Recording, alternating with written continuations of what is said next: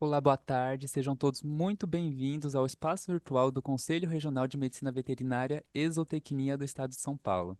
Iremos dar início a mais um ciclo de palestra de responsabilidade técnica, idealizado pela Comissão de Responsabilidade Técnica do Regional, cuja presidente é a doutora Rosemary Viola Bosch. Seja bem-vinda, doutora. Obrigado, colegas. Obrigado, Henrique. Sejam todos muito bem-vindos. É um prazer estar com vocês. Esse a segunda palestra agora do ano de 2024. E essas palestras elas acontecem desde 2022 e todos os meses nós temos uma palestra a respeito de responsabilidade técnica nos mais diferentes assuntos e hoje não poderia deixar de falar de rotulagem em pet food. E tive o prazer, né, e contei com o aceite do Dr. João Paulo e da doutora Lilian justamente para vir falar a respeito desse assunto tão importante. Então, eu espero que vocês aproveitem. O nosso conselho aqui está sempre de portas abertas. Aproveitem, tirem dúvidas e estejam conosco sempre. Muito obrigada. Obrigado, doutora. Como disse a doutora Rose, todo mês teremos uma palestra com temas super importantes sobre responsabilidade técnica. E hoje temos a honra de contar com dois palestrantes maravilhosos. Um é o Dr. João Paulo Fernandes Santos, que é médico veterinário e zootecnista, mestre em nutrição animal pela Universidade Federal de Lavras e doutor em nutrição e produção animal pela Faculdade de Medicina Veterinária e Zootecnia da USP.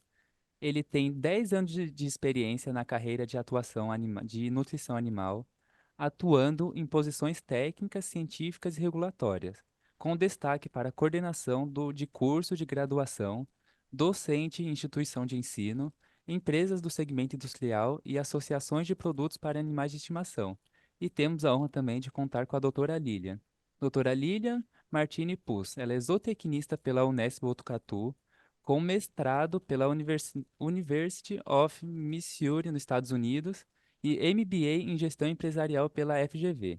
Possui mais de 10 anos de experiência na carreira desenvolvida na indústria de saúde animal, nutrição animal, bem como em associações de indústria de alimentos para animais, animais de estimação, e com ênfase nas seguintes áreas: gerenciamento de assuntos técnicos e regulatórios, gerenciamento de contas-chaves, coordenação de suporte técnico comercial, pesquisa e desenvolvimento de produtos. Seja bem-vindo, Dr. João. Obrigado, Henrique. Muito obrigado pela apresentação. Agradeço a doutora Rose e a toda a Comissão de Responsabilidade Técnica pelo convite. É um prazer estarmos aqui falando desse tema tão importante, né? Trazer rotulagem de pet food, um assunto desafiador, mas extremamente interessante. Henrique, você pode compartilhar o material?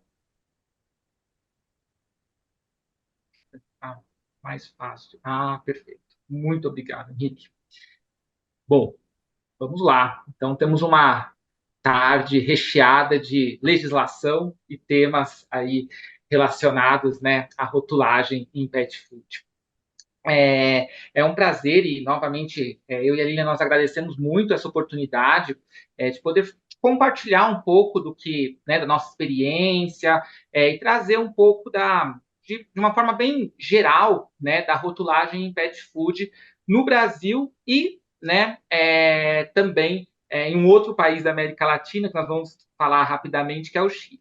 Mas só para nós conseguirmos estarmos todos aqui na mesma página, vou apresentar aqui a agenda dessa palestra. Então, nós vamos iniciar falando um pouquinho da importância do responsável técnico e do seu papel para o entendimento da legislação nacional e internacional.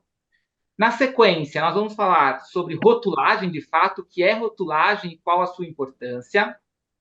Depois, nós vamos trazer, né, os ritos regulatórios, né, da rotulagem em pet food no Brasil e no Chile, trazendo um pouco desse know-how que nós temos, né, nos diversos países aí da América do Sul e trazendo, né, compartilhando um pouco da nossa missão, né, que a nossa missão ela é justamente criar pontes entre as empresas e o mercado de pet food ao redor do globo, né? E aqui especificamente falando da América do Sul. E, por fim, uma conclusão de toda a nossa discussão.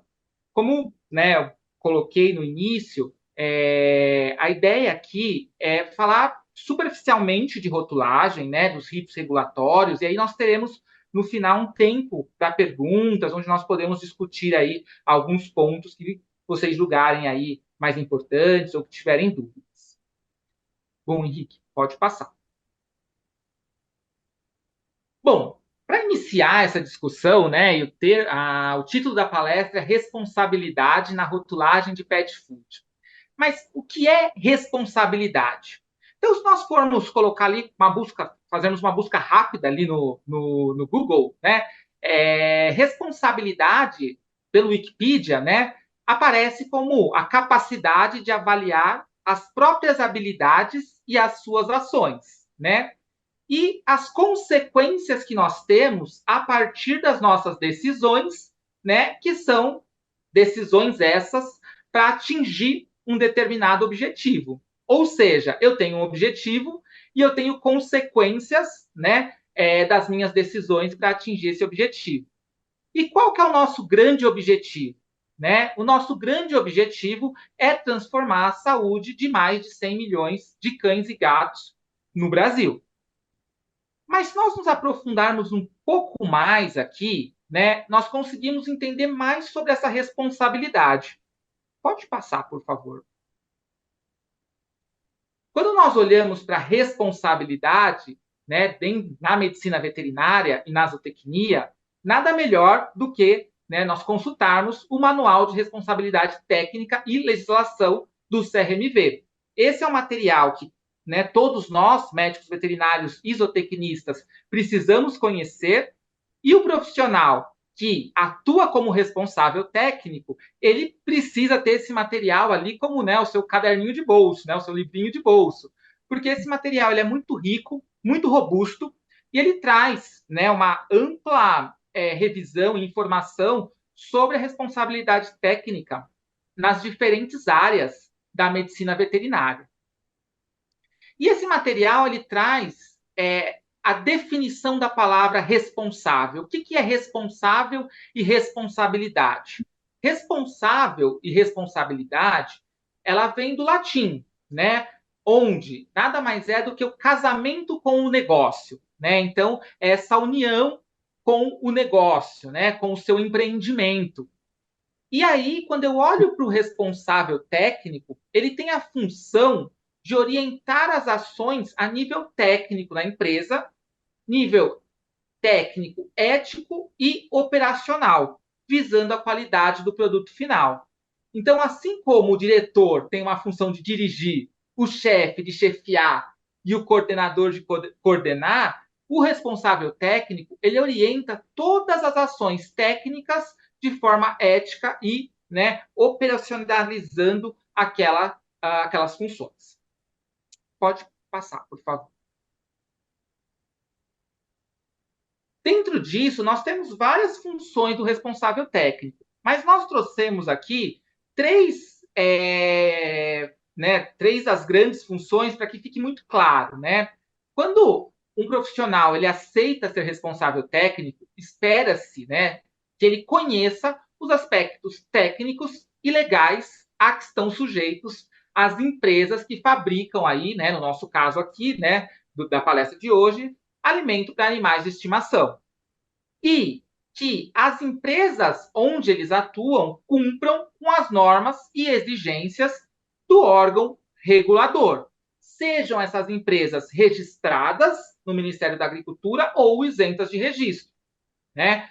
Já que nós temos aí, né, a partir da portaria 196, empresas, né, que são empresas que produzem alimentos para animais de companhia, né, dietas aí in natura, né, dietas caseiras, que são isentas de registro, mas não exime a necessidade do responsável técnico.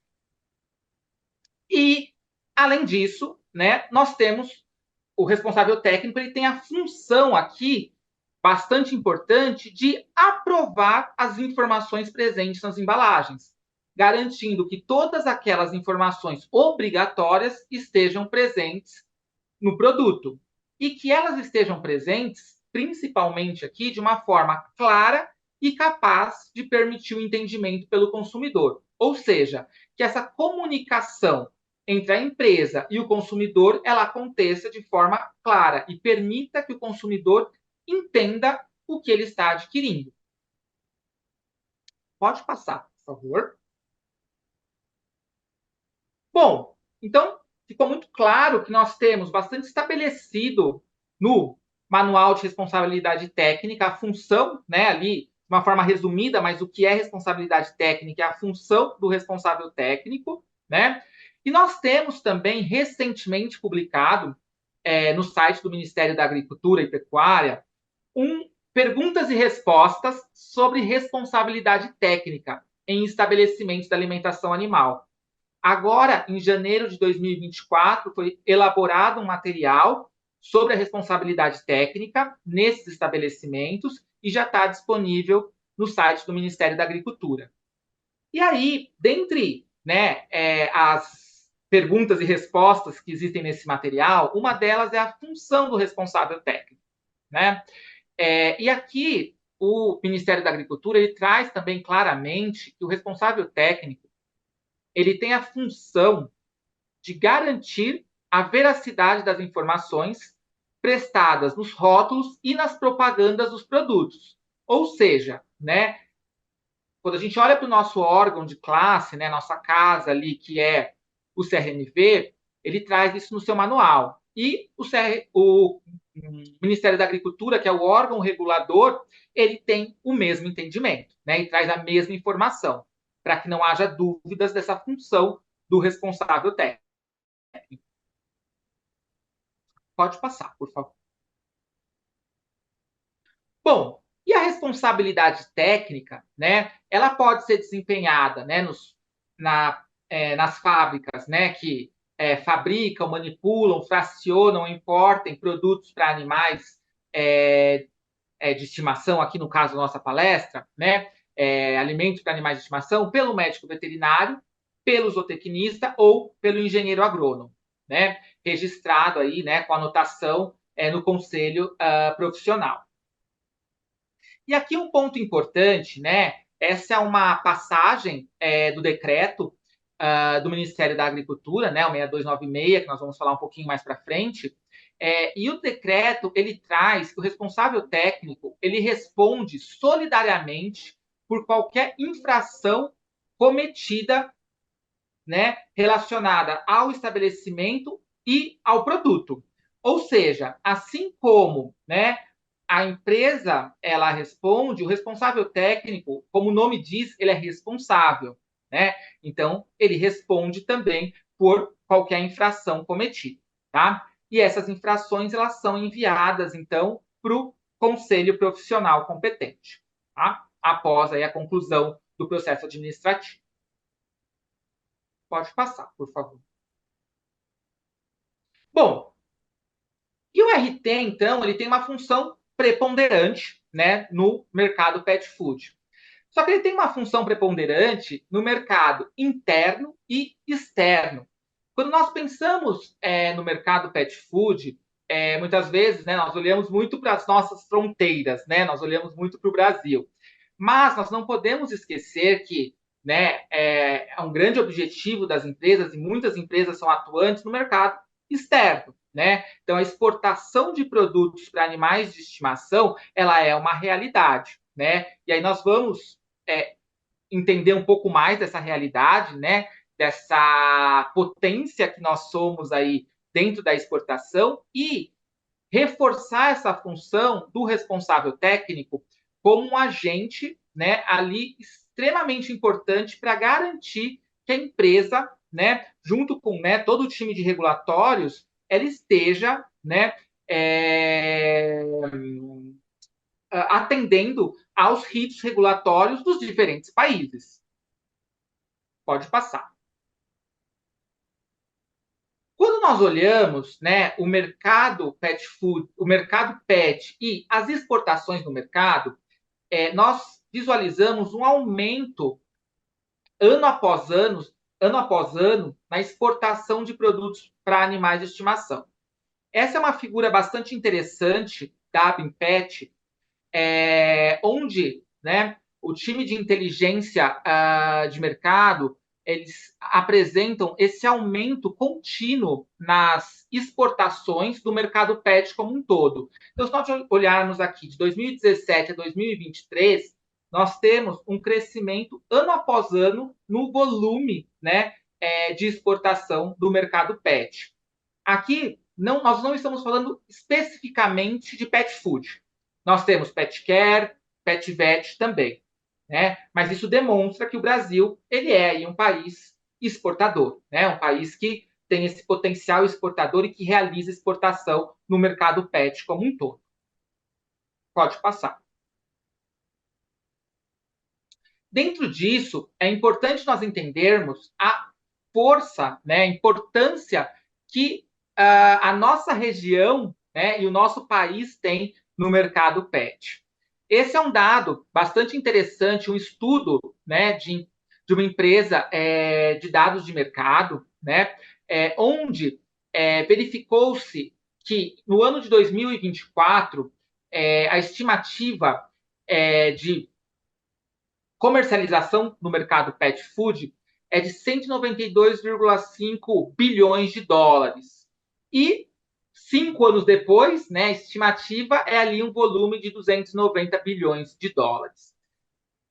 Isso é interessante porque mostra que o mercado está em constante crescimento, né? Então, nós temos aqui, né, crescimento anual, né, um crescimento de 8,54, né, um acumulado, né, um crescimento anual acumulado de 8,54. E esse dado, né, ele representa, os valores de 2024, eles representam 10% do PIB brasileiro. Ou seja, né, isso demonstra a fortaleza que o mercado pet food ele é. Né? Então, ele tem uma importância muito grande. E se nós formos lembrar que o Brasil é a 12ª economia mundial, fica muito evidente essa força do mercado pet food. Imaginem, né, nós estamos falando que 10% do PIB brasileiro, né, movimentou-se no mundo de mercado de pet food. E quando nós olhamos para América do Sul, especificamente, nós notamos que nós temos aí também um crescimento, né, previsto entre 2024 e 2029, né, um crescimento maior do que o crescimento mundial, então um crescimento acumulado, um crescimento anual acumulado aqui de 11,81 entre 2024 e 2029, né? E, né, nós temos aqui um dado bastante interessante que esse valor do que movimenta-se na América do Sul representa 7% do que movimenta-se no mundo. Né? Então, 7% do que movimenta-se no mundo do mercado pet food está na América do Sul. Tá? Pode passar, por favor.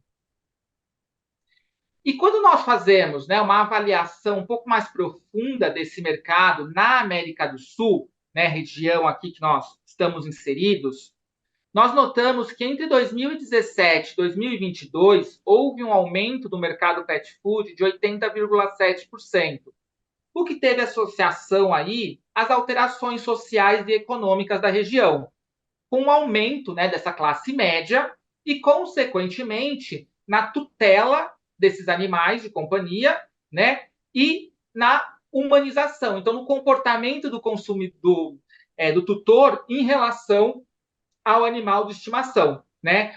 Humanizando esse animal e proporcionando aí produtos de melhor qualidade. Né? Então, nós temos mais animais tutelados e animais ali que fazem parte, né, do seio familiar.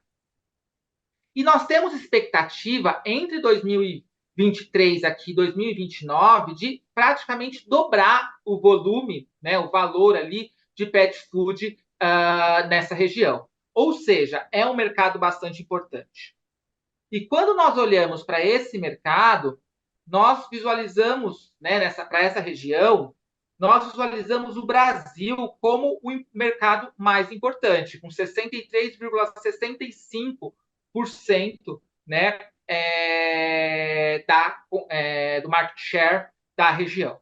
tá? Ou seja, né, o Brasil ele se destaca na região e se destaca porque ele é um importante produtor e um importante exportador de pet food, né?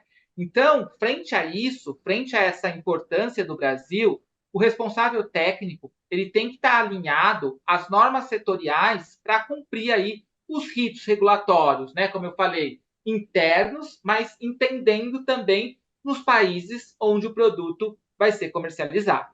Tá? Pode passar, por favor. E esse gráfico ele deixa isso muito evidente, né? Porque eu falo aqui, o Brasil é um país importante na exportação, né? Mas eu só estou falando, né? E será que de fato isso faz sentido? Na verdade, aqui nós trouxemos os dados do MIDIC, né? Onde nós temos basicamente a exportação de pet food de dois NCMs aqui de pet food, né, considerados para essa análise no ano de 2023. Tá? Então, aqui nós consideramos, né, os países da América do Sul, né, que são parceiros comerciais do Brasil. Nós notamos, né, que Colômbia, né, se destaca, Colômbia e Uruguai aqui, né, muito próximos, se destacam, né, como os maiores parceiros comerciais aqui, para onde o Brasil mais exporta, né, em volume pet food. Depois, né, Chile e Bolívia também muito próximos aqui, né? E depois nós temos aqui o Paraguai, tá? E aí, aqui nós podemos fazer várias avaliações, né, de população, de tamanho do país, né, número de animais, mas esse não é o objetivo, né? O objetivo é só nós entendermos, né, que nós tivemos aqui, por exemplo, para a Colômbia, né, quase 28 mil toneladas de pet food exportado no ano de 2023. Para o Chile, né, um importante parceiro comercial também, nós tivemos aqui pouco mais, né, de 15 mil toneladas de alimentos sendo exportado no ano de 2023. Tá? Então, são aí parceiros comerciais muito importantes. E o Brasil, de fato, ele se destaca. E se eu trabalho numa empresa de pet food, não é apenas o departamento de comércio exterior que precisa estar antenado, né, nesses países, mas, claro, né, todo o time de assuntos regulatórios e, né, o responsável técnico da empresa. Pode passar, por favor. Bom, dentro disso, né, puxando aqui o Chile especificamente, né, o Chile ele realizou uma pesquisa há muito pouco tempo, uma pesquisa oficial no país, um censo, para entender ali a população de cães e gatos, tá? E descobriu-se que no Chile existem 12,5 milhões de cães e gatos tutelados, né? O que dá ali aproximadamente 0,6 animais por habitante, né? Se nós pensarmos que no Chile existem 19,5 milhões de habitantes, né? No Brasil, nós temos 101 milhões de cães e gatos, o que dá um valor até menor de animais por habitante, né? Daria ali 0,5 cães e gatos por habitante, considerando que nós temos 203 milhões de habitantes no Brasil. Né? E o volume que nós exportamos de pet food, né, para o Chile no ano de 2023, né, corresponderia a 1,24 quilos por animal ano de alimento, que considerando um animal ali de 10 quilos e uma dieta de 3.900 quilocalorias, seria o equivalente a nós alimentarmos 9 dias toda a população de cães e gatos tutelados do Chile. Tá? Isso demonstra aí, né, que o Brasil ele tem a sua importância, mas nós podemos ainda até abrir mais caminho, né, abrir mais mercado nesse mercado no Chile. Tá? Pode passar, por favor. Bom, e aqui é só um dado rápido, né, da Pet Food Industry, que na verdade nós temos dados hoje que levantamentos que indicam que nós temos 200 milhões de cães e gatos, né, tutelados nesses 20 países da América Latina, aqui já trazendo para a América Latina. No entanto, né, pelas recentes pesquisas, essa realizada no Chile e uma pesquisa também, né, oficial realizada no México, acredita-se que esses dados eles podem ser subestimados e que nós temos, na verdade, 300 milhões de pets na América Latina, o que é muito interessante, né? Porque aí nós temos mais animais para, né, alimentar, né? E, consequentemente, ali um mercado mais robusto para nós atuarmos. Bom, e aí nós vamos entender um pouquinho o que é rotulagem. Eu vou pedir para chamar a Lilian para me ajudar aqui, falar um pouquinho sobre rotulagem. Lógico, muito obrigada, João. Boa tarde a todos. Então, agora a gente vai começar a falar da parte de rotulagem, né? Antes de entrar exatamente no tema, nós gostaríamos de compartilhar com todos vocês as definições legais, né, de rótulo e embalagem. Então, nós fizemos uma pesquisa aqui e nós queremos aqui compartilhar a definição que está presente no Decreto 6296 do Ministério da Agricultura. Então, o rótulo é definido como toda inscrição, imagem ou toda matéria descritiva ou gráfica que esteja escrita, impressa, estampada, gravada em relevo ou litografada que identifique o produto. E o decreto, ele define a embalagem como recipiente ou invólucro destinado a garantir a conservação e a facilitar o transporte, o manuseio dos produtos destinados à alimentação animal. Pode passar, Henrique, por favor. Então, qual que é a importância do rótulo do produto? Bom, o rótulo do produto é um meio de comunicação muito importante. Ele traz informações obrigatórias, né, por legislação, e aí mais para frente a gente vai entender um pouco mais a fundo aí o que é exigido pelo Brasil e pelo Chile, mas aqui a gente já pode compartilhar como exemplo de informação obrigatória o nome do produto, modo de uso. E o rótulo também traz informações opcionais, que são aquelas informações que a empresa quer compartilhar com o consumidor, que vai dividir um pouco mais dos valores, dos projetos da empresa, né? Aqui, cada vez está mais claro a importância do animal de estimação para nós. Ele é um ser da família, né? Então, cada vez mais tem essa preocupação do tutor, em saber o que o animal está consumindo, se é um alimento saudável, né? E o rótulo vai fazer essa conexão entre a empresa, o tutor, os médicos veterinários, os profissionais envolvidos aí nessa grande cadeia. Então, coisas que são muito importantes a informação, todas as informações do rótulo, ela tem que ser clara, legível, visível, que não dê para pagar e no idioma do país onde o produto vai ser comercializado, né? E não pode, de maneira alguma, usar termos, expressões, ilustrações que induzam de alguma maneira aí a confusão do produto, das propriedades dele. Pode passar, por favor, Henrique. Com relação a informações opcionais, nós fizemos aqui uma busca no mercado e trouxemos para compartilhar com vocês alguns exemplos, né, do que poderiam ser essas informações opcionais, né? Então, aqui no Chile tem a empresa Mastercat, né?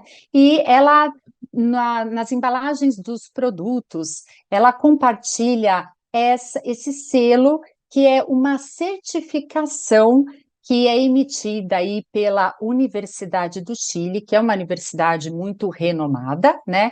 E essa certificação aí vai certificar, logicamente, a parte da composição nutricional, inequidade microbiológica e processos auditados. Então, isso passa para o consumidor aí uma maior confiança e transparência com relação aos seus produtos.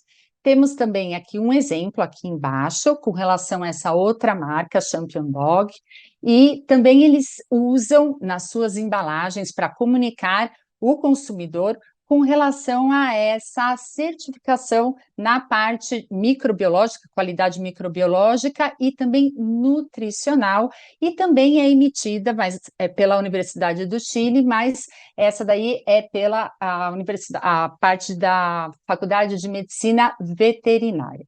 Aqui em cima, nós compartilhamos com vocês um exemplo da Purina, né, onde eles colocam a preocupação da empresa com a parte da saúde do animal, mas também do meio ambiente. Então, eles comunicam isso através da rotulagem do produto.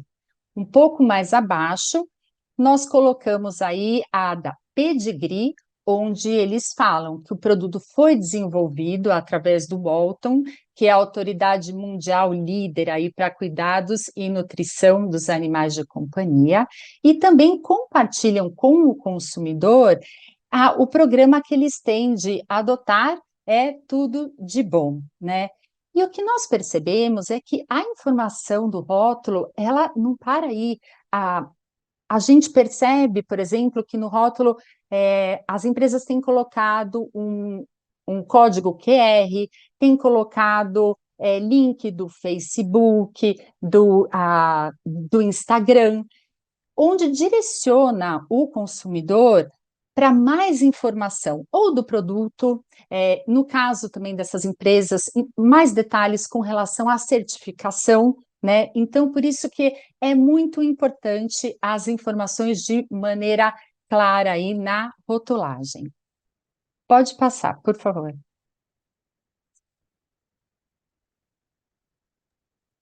Bom, então, agora, nosso objetivo é entrar um pouquinho nesses atos normativos, né, nessa parte regulatória mesmo, né, para entender um pouco quais são os principais atos, né, que regulamentam a rotulagem de pet food no Brasil.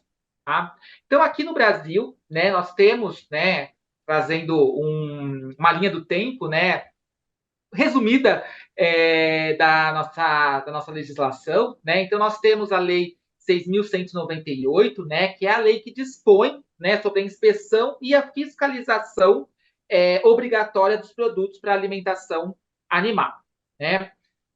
E nós temos o decreto que regulamenta essa lei, que é o decreto 6296, né, de 2007. O decreto 6296, ele, né, passou por consulta pública, né, para uma alteração nesse decreto. Nós estamos aguardando, então, né, a publicação dessa nova versão, né, dessa atualização do decreto 6296. Mas eu trouxe aqui, né, nós trouxemos aqui, né, duas legislações que nós achamos importante discutir, que é o decreto 76.986, que ele regulamentava a lei, mas ele já não está mais em vigor. E por que nós trouxemos esse decreto, né? Porque, na verdade, esse decreto ele trazia algumas coisas, né, que de vez em quando gera ainda alguns confundimentos, né? Como aquela questão de um valor, de um intervalo de confiança nas análises para os níveis de garantia, o que hoje nós sabemos que não é factível, né? O que eu declaro no nível de garantia é o que tem que estar presente, né? Lá atrás, né, nesse decreto, nós tínhamos ali, né, um intervalo de confiança de 10, 15, 20%, colocando ali como infração grave, leve, moderada. Isso não é hoje factível, né? No nosso decreto de 2007, eu preciso, né, garantir o que eu tenho ali declarado nos níveis de garantia. E nós tínhamos também uma instrução normativa, a instrução normativa 9, né, de 2003, que era uma instrução normativa específica para pet food, que trazia os padrões de identidade e qualidade do produto. Então, ela trazia ali, né, os valores que deveria estar presentes nos níveis de garantia para diferentes produtos, né? Isso não existe mais, né? Essa instrução normativa ela foi revogada, né? E faz muito sentido porque nós temos os guias nutricionais que trazem ali as exigências nutricionais dos animais, né? Então, o que nós temos hoje em vigor aqui é a lei, né, 6.198, o decreto, né, o 6.296 e a instrução normativa 30, tá? De 2009. A instrução normativa 30 é uma instrução normativa extremamente importante, porque ela traz, então, os critérios, né, e procedimentos para o registro de produtos, para rotulagem e propaganda e para isenção da obrigatoriedade de registro para determinados produtos. Tá? Pode passar, por favor. E quando nós olhamos para a Instrução Normativa 30, né, ela traz, ao longo da norma, as informações obrigatórias de estarem presentes na rotulagem do produto para o animal. Né? Então, aqui é uma série de informações, tá? Ao longo da norma, essas informações elas são detalhadas. Então, existem informações complementares, né? Então, não basta olhar para esse artigo, né, onde tem as informações, é importante ler a norma toda, porque ali as informações, né, elas são descritas ali, são melhor explicadas, né? Mas aqui, precisa se classificar o produto, então alimento completo, coadjuvante ou específico, por exemplo, o nome do produto, a marca comercial, a composição do produto, então trazer a composição daquele produto. E aqui nós temos dois pontos importantes, né? O primeiro ponto é que nós temos uma lista de matérias-primas aprovadas a serem utilizadas na alimentação animal, então eu preciso seguir aquela lista.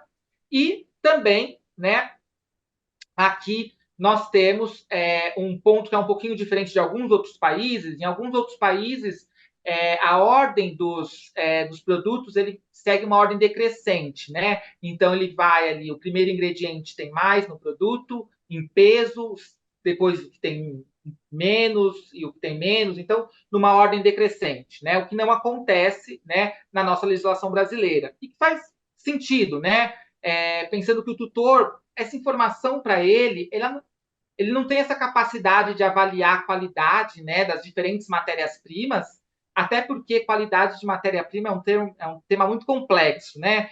Que envolve aí um conhecimento muito vasto, porque uma mesma matéria-prima, por exemplo, uma mesma farinha de vísceras, né, ela não é igual de uma empresa para outra, enfim, tem variações na qualidade das matérias-primas, principalmente as matérias-primas de origem animal, né? Então, para o tutor é difícil diferenciar os diferentes ingredientes, né?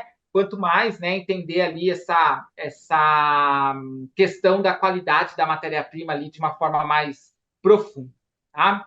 Então, o que nós precisamos declarar é todos os componentes, né, toda a composição do produto. E aí a regra que nós temos aqui é considerar primeiro ingredientes, depois aditivos, né? Aqui nós temos os eventuais substitutivos, caso haja no produto, os níveis de garantia, que no passado, né, as empresas declaravam somente em porcentagem. Hoje nós temos uma regrinha para gramas por quilo e miligramas por quilo, dependendo ali da quantidade do produto, do nutriente, né? E podemos ainda seguir com a porcentagem, né, de uma forma opcional. O conteúdo, então, a quantidade do produto. Tabelas de referência não se aplica muito ao nosso caso, né? Acaba não entrando aqui no nosso caso na alimentação, né? Indicação, né, de uso, espécie e categoria animal a que se destina o produto, modo de uso, os cuidados e restrições, e aqui está muito associado, né, a principalmente alimentos coadjuvantes, por exemplo, né? Enquanto o modo de uso ali é como o alimento tem que ser usado, e aí as quantidades, enfim, né? E aí traz a tabelinha ali com as quantidades. A expressão isento de registro, se for isento de registro, ou produto registrado no Ministério da Agricultura, né? Dependendo do tipo de produto. E aí as informações do fabricante, tá? Ou do importador, né? Ou e aí do fabricante e do importador. A expressão indústria brasileira, né, quando fabricado no Brasil, ou produto importado. O nome, né, empresarial, endereço e o país de origem, né, no caso de produtos importados. A data de fabricação e a data de validade. E aqui é importante, né, que na alimentação animal solicita-se, né, a instrução normativa ela deixa muito claro, o decreto também, que precisa declarar o dia, o mês e o ano. Isso é importante porque em alguns outros mercados declara-se só o mês e o ano, né? Mas na alimentação animal precisa de dia, mês e ano, tá? Prazo para consumo, lote do produto, condições de conservação, né? Carimbo aqui da inspeção, né? Então, carimbo ali do registro do estabelecimento, né? E, né, proibido na alimentação de ruminantes, né? Uso proibido na alimentação de ruminantes quando contém produtos de origem animal, tá? Mas como eu coloquei, né? Não são apenas essas as informações, né? Nós precisamos ter ciência que eu preciso ler a norma, entender toda a norma, porque outras informações podem ser requeridas de acordo com o tipo de produto, né? Se é um alimento coadjuvante, um alimento específico, por exemplo. Pode passar, por favor. Bom, e aqui, né, o ponto que gera mais dúvida, muitas vezes, né, do responsável técnico ou do consumidor, enfim, o ponto sempre mais complexo são as alegações, né? Então, a alegação é sempre um ponto ali mais complexo. Então, o que eu declaro, né, de alegação de funcionalidade, ou o que eu declaro ali de ingrediente presente no produto, ou de algum ingrediente no produto, né? Então, aqui alguns pontos importantes, né?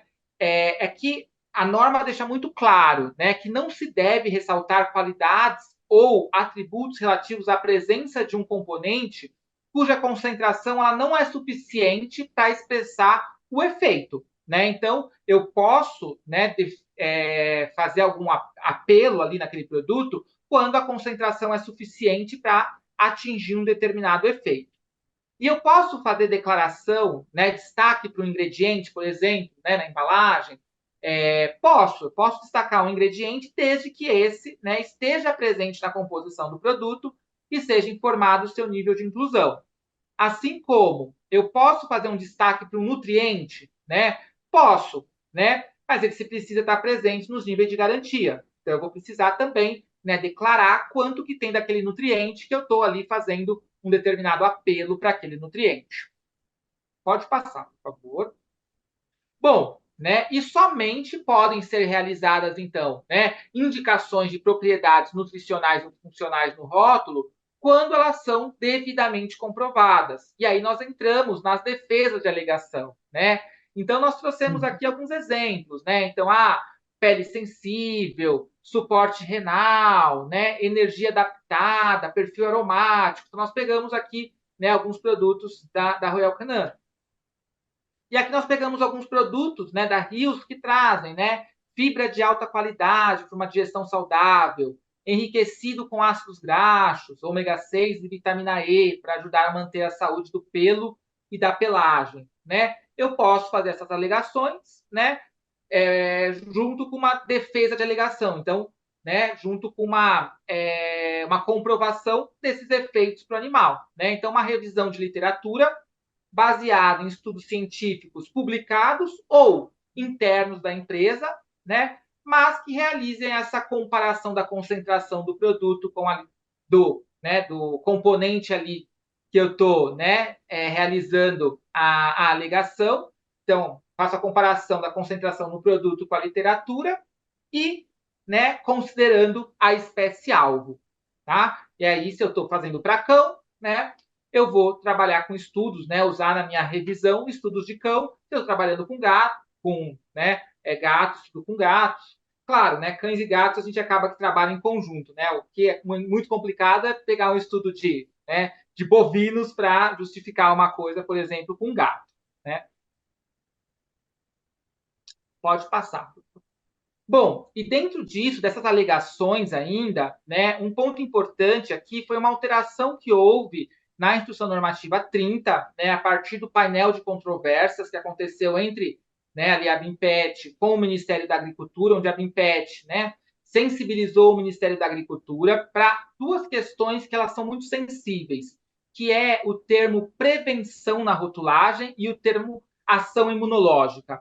Então, esses termos eles eram até então, né, não eram permitidos de serem usados nos alimentos completos, mas, né, entendendo que os alimentos, sim, né, eles são promotores, né, de saúde e previnem as afecções e podem, né, influenciar no sistema imunológico dos animais, né, o Ministério, entendendo isso, fez uma alteração nesse artigo e permitiu-se, então, né, o uso, né, da palavra, né, de termos que relacionem a prevenção e ação imunológica nos alimentos, não apenas coadjuvantes, mas também nos alimentos completos, a partir do painel de controvérsias.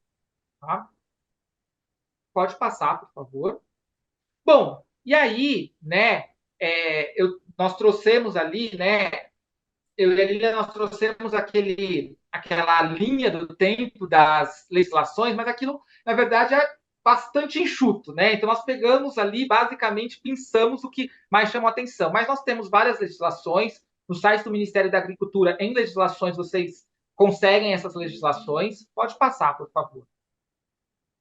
Nós deixamos aqui algumas legislações que também estão direto ou indiretamente relacionados à rotulagem, né, que ou elas trazem coisas associadas à rotulagem, ou elas, né, são especificamente para um assunto de rotulagem.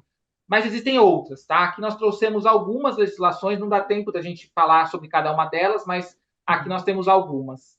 Bom, pode passar, por favor. E, além disso, né, nós tivemos agora, no início do ano, a publicação do Manual Pet Food Brasil, da 11ª edição do Manual Pet Food Brasil, que é, né, um importante material que é elaborado pela ABIMPET, pela Associação Brasileira da Indústria de Produtos para Animais de Estimação.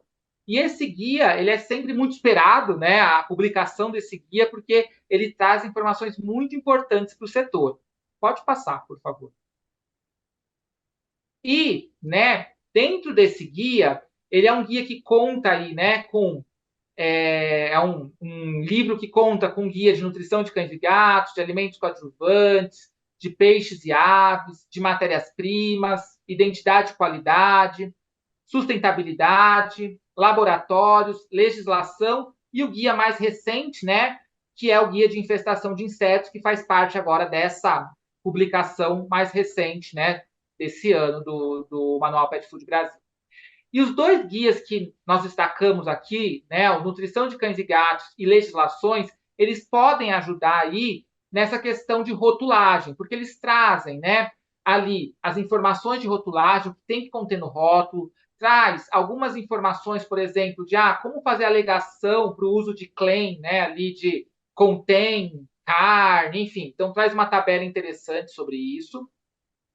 E traz definições para o produto natural, produto fresco, o que é um produto light. Então, é um material aí bastante interessante, né? E o guia de legislação, ele compila aí todas as legislações. Tá? Pode passar, por favor.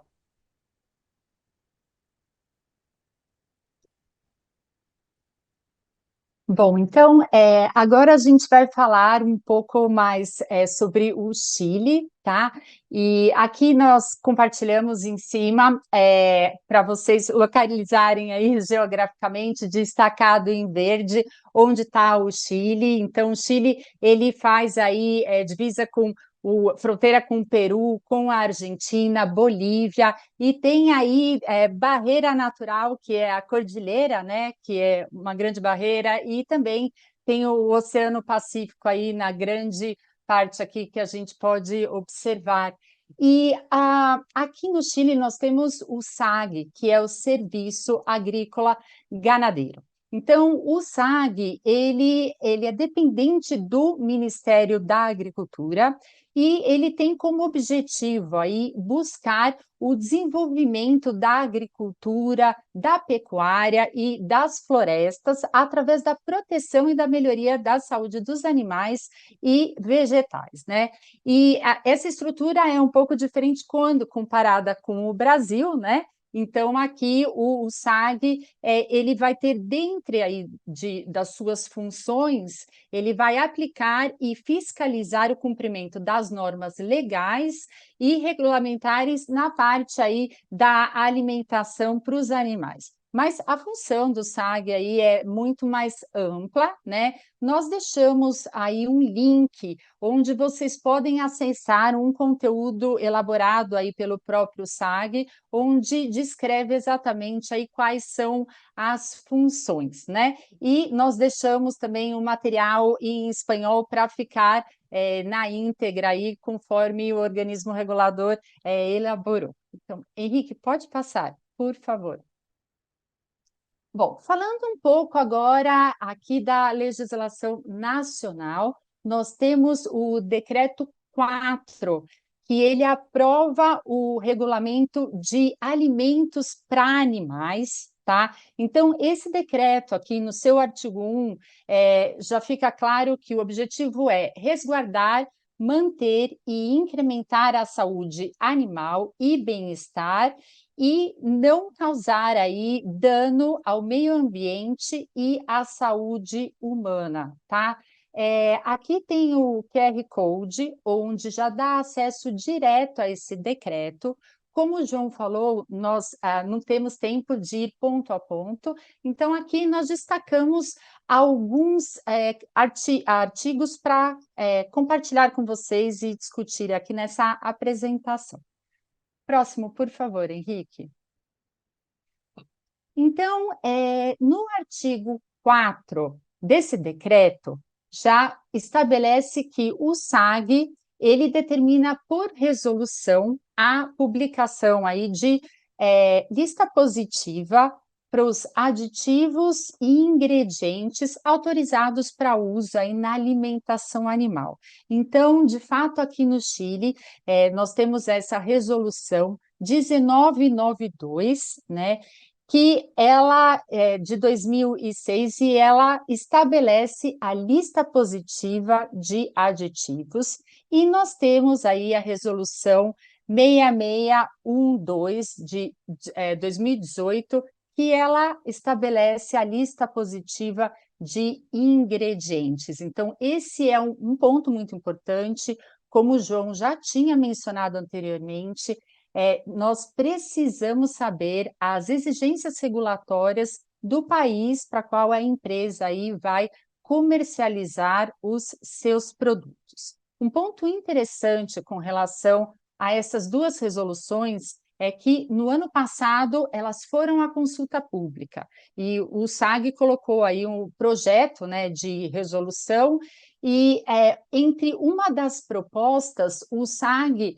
ele adota a lista positiva de alguns países, né? Então, isso é muito positivo, porque deixa aí uma opção maior de matérias-primas para serem usadas pelas empresas no desenvolvimento aí dos seus produtos. Pode passar, por favor, Henrique. No título 4 desse decreto, que é específico para a parte de comercialização dos produtos, então aqui fica claro, eles estabelecem que os alimentos para animais, eles precisam ser vendidos a terceiro em vases de primeiro uso, fechado, rotulado, para assegurar aí a conservação do produto. E um ponto muito importante é que, além dos animais, para os alimentos, para cães e gatos, tem que cumprir com uma norma chilena, que é essa 2546, né? E que ela fala justamente de alimentos completos para cães e gatos e requisitos de rotulagem. E essa norma, ela, na verdade, ela já tem uma segunda edição que foi publicada em 2019, né? E está disponível para consulta no site do SAG. Então, a gente vai olhar agora como nós podemos consultar essa norma chilena. Por favor, Henrique, o próximo. Então, aqui, nós deixamos aí o caminho, né? Tem o link embaixo, onde vocês podem acessar a essa norma. Então, o SAG já deixou aí todos os contatos que é necessário preencher com relação à empresa, usuário e senha, para conseguir avaliar aí essa norma 2546. Por favor, Henrique, a próxima. E do que se trata exatamente essa norma? Então, o alcance dela, né? Ela vai especificar os requisitos de rotulagem para alimentos completos, suplementos, os mastigáveis, que vão ser comercializados aqui no Chile para cães e gatos, tá? Ela também vai especificar requisitos nutricionais, mas somente para alimentos completos. E essa norma, ela é aplicável para produto nas diferentes formas de apresentação, e eles deixam claro também que ela foca somente a parte de cães e gatos e não aborda alimento para outras espécies e também não especifica aí os requisitos sanitários. Próximo, por favor, Henrique.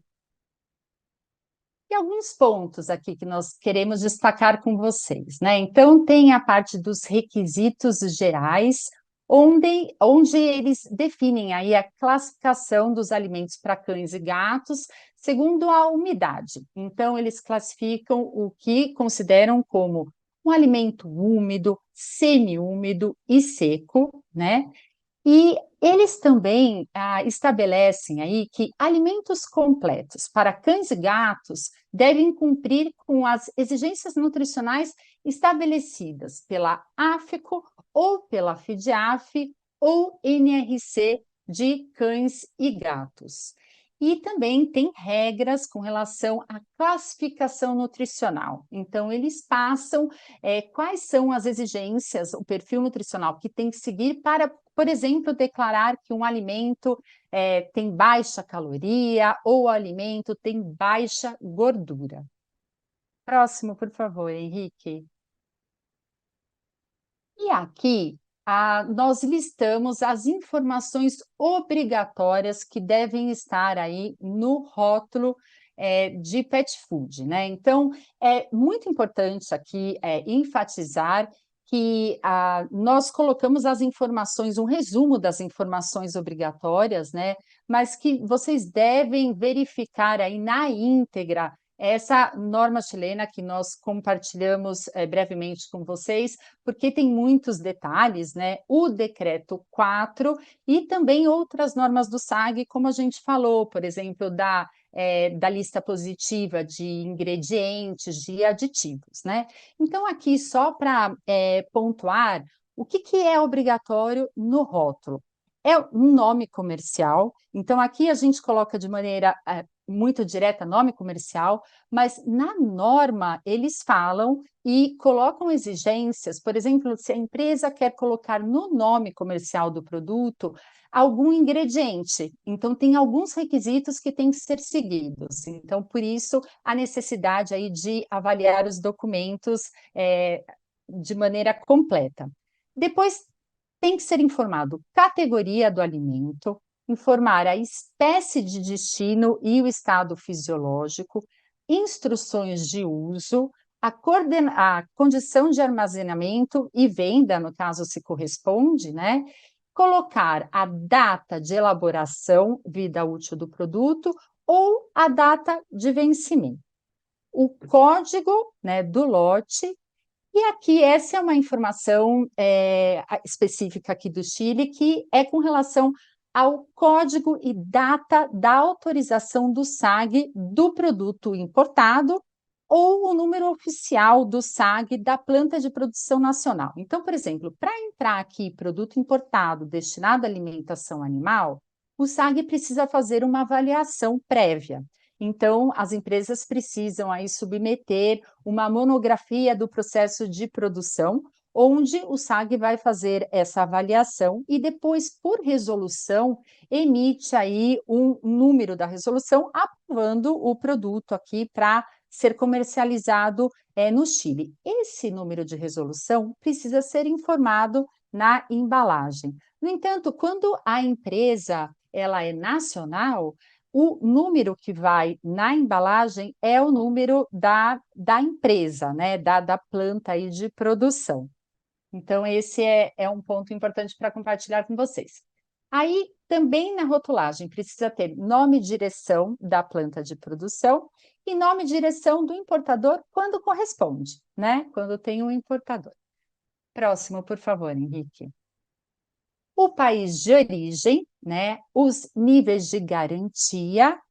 Tem que colocar também a parte da listas dos ingredientes, aditivos e eventuais substitutivos, e aqui é importante voltar a falar da lista positiva que tem com relação a aditivos e ingredientes aprovados para uso na alimentação animal aqui.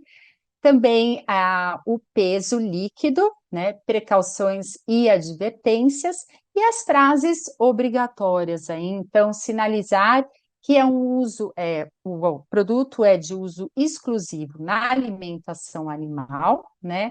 No caso dos suplementos, precisa também informar que não corresponde a um alimento completo, né? E para produtos aí que tenham proteína de origem de mamífero, precisa informar proibido seu uso na alimentação de ruminantes. Tem algumas, essa legislação traz algumas declarações opcionais, entre uma delas está que qualquer declaração que a empresa fizer, uma relação entre o alimento e a saúde do animal de estimação, precisa ser comprovada cientificamente, né? Então, aí vai precisar falar o tipo de ingrediente, a concentração e também compartilhar aí a evidência científica e não pode aí indicar uma ação terapêutica do produto nesse caso. Próximo, Henrique, por favor.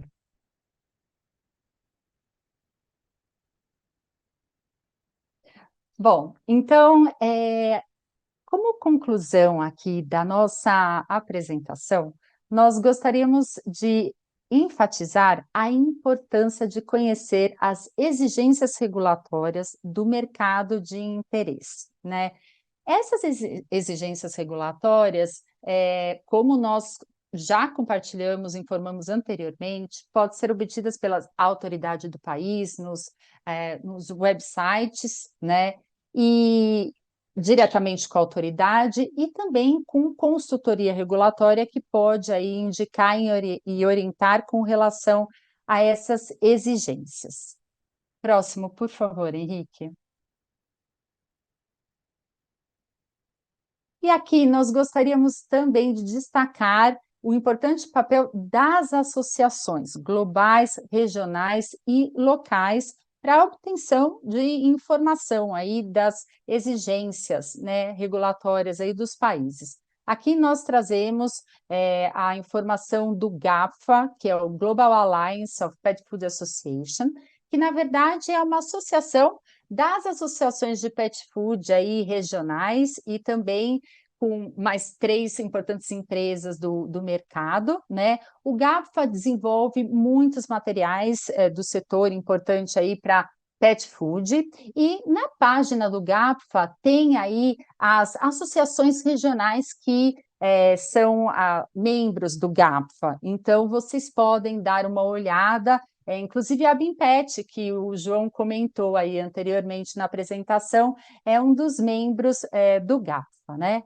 Aqui, logo ao lado, a gente trouxe um material, não é só ilustrativo, logicamente está bem pequenininho, mas é da Pet Food Industry Association da Austrália, que também é associado ao GAFA, e nesse material, o que eles compartilham é justamente aí orientação das exigências regulatórias de rotulagem, né?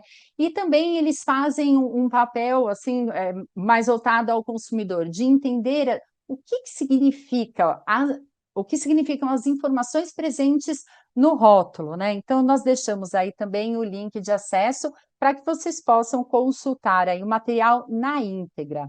E aqui também a gente gostaria de falar da Fidlatina, né? Que a Fidlatina é a Associação das Indústrias de Alimentação Animal para a América Latina e Caribe, e eles estão desenvolvendo um projeto de harmonização de aditivos, e uma parte desse projeto é focado na harmonização de rotulado. Então, ou seja, é desenvolver uma proposta de aditivo harmonizado para atender aí para os países da América Latina. Justamente nesse ponto que o João estava comentando, que às vezes as exigências são diferentes, dificultando aí atender alguma exigência específica. Então, com um rotulado harmonizado, já ficaria mais direto, conseguir atender esses requisitos, e além de permitir aí uma comercialização dos produtos sem entraves, né? Então, a gente também achou importante compartilhar aí essa informação com vocês. Então, com isso, pode passar, Henrique. Bom, com isso, nós finalizamos a apresentação. Primeiramente, gostaríamos de agradecer muito o CRMV pela oportunidade e também pelo convite, né? E agradecer todos vocês pelo tempo, né? Por estar aqui conosco aqui nessa tarde, e estamos abertos aí para responder aí as possíveis dúvidas que vocês tiverem. Muito obrigada. Muito Bom, obrigado, doutor João, doutora Lília, doutora Rose. Fique à vontade. então, gente, olha, que satisfação, que alegria ouvi-los, viu? É indiscutível a importância da participação do RT na rotulagem de alimentos, tá certo? Para animais. Então, assim, eu sei que são muitas normas, as pessoas que estão assistindo às vezes pensam, nossa, mas como que eu vou guardar isso tudo? Gente, é um material de consulta. Primeiro que esse material de consulta, ele é atualizado constantemente. E segundo, se você realmente é o RT, você tem que saber de tudo isso, bem, porque você não vai poder dizer que não sabia, né? Então, tá nas primeiras páginas do Manual de Responsabilidade Técnica do Conselho aqui, está escrito assim, você não pode alegar desconhecimento da lei. Então, essas normas existem, elas estão sendo, a gente procura trazer para todos essa norma um pouco mais deglutível, né? Porque norma é sempre, ninguém gosta de norma, de lei, mas, gente, quem é responsável técnico precisa saber de todas essas coisas, né? E eu agradeço a clareza, a transparência de todos os dados que foram apresentados aqui, e a gente fica muito feliz de saber que a gente pode contar com colegas como vocês, tá certo? Eu não sei se existem perguntas, deixa eu ver. Temos algumas sim, doutora. Então, vamos lá, Henrique, por favor. A doutora Carolina comentou: Obrigado, João Paulo e Lília. Palestra muito maravilhosa e bem detalhada. Definitivamente, o papel do RT na rotulagem, além de tantas outras atividades, é de extrema importância, a fim de trazer compliance com as regulamentações vigentes e transparência ao consumidor. Então, e eu não poderia deixar de falar também, deixar de agradecer que esse ciclo de palestras, ele acontece há muitos anos, porque nós temos uma comissão de responsabilidade técnica que é a joia dos meus olhos. Então, assim, é verdade, ela é composta pela Carolina Padovani, pelo César Graner, pela Thaís Bertozzi, pelo Alessandro Bigeni e pela Rosália Regina De Luca. Então, assim, são pessoas todas comprometidas, imbuídas de muita boa vontade e que querem fazer a diferença. Então, e sem contar que tudo isso só acontece porque a gente tem essa equipe de colaboradores do Conselho Regional, Henrique, Renatinha, o pessoal da TI, hoje está o Walter conosco, que faz com que tudo isso aconteça, tá certo? Eu queria agradecer de coração a todos. Eu gostaria de lembrar também que, por favor, a gente forneceu o formulário de satisfação para vocês, que é muito importante que seja preenchido e encaminhado para nós, para que a gente possa, no dia a dia, melhorar cada vez o tipo de prestação de serviço que a gente faz aqui para os colegas e para a sociedade, gente, porque tudo isso que nós queremos aqui é que a saúde única, os animais, o ambiente, o ser humano fique feliz, tenha uma vida longa, saudável e que, resumindo, que todo mundo seja muito feliz, tá certo? Então, eu queria saber, Lilian e João Paulo, vocês querem fazer as últimas considerações? Bom, eu gostaria de parabenizar o CRMV. Eu acho que compartilhar informação é muito importante, nos ajuda a crescer como profissional, como pessoa. Então, para mim, é uma honra estar aqui, podendo dividir um pouco do nosso conhecimento, da nossa experiência, né? Então, qualquer dúvida que vocês tenham, o nosso e-mail já foi aí compartilhado, fiquem à vontade para estabelecer contato conosco. Muito, muito obrigada. João Paulo? Obrigado, Rose. Também gostaria de agradecer. É sempre um prazer participar dos eventos do CRMV e lembrar, né, para os colegas que o CRMV é a nossa casa, né? Então, para que eles, né, se apoderem disso, porque é a Isso. nossa casa. Né? Isso. Vocês sintam-se acolhidos sempre. E qualquer dúvida, solicitação, demanda, o que for, gente, venham aqui, à casa de vocês. Quem me conhece sabe que eu estou todos os dias aqui, tá certo? Então venham que a gente vai tentar resolver. Se não puder resolver, nós vamos procurar alguém que possa resolver. Mas nós não vamos ficar indiferentes a nenhuma demanda. Tá certo, gente? Obrigado, uma boa tarde para todos. Obrigado a todos. Um abraço Obrigada. a Tchau, Obrigado, tchau. doutora. Boa tarde. Obrigado, Tchau, doutora tchau. Tchau, Rose. Walter, tchau. é um prazer ajudar.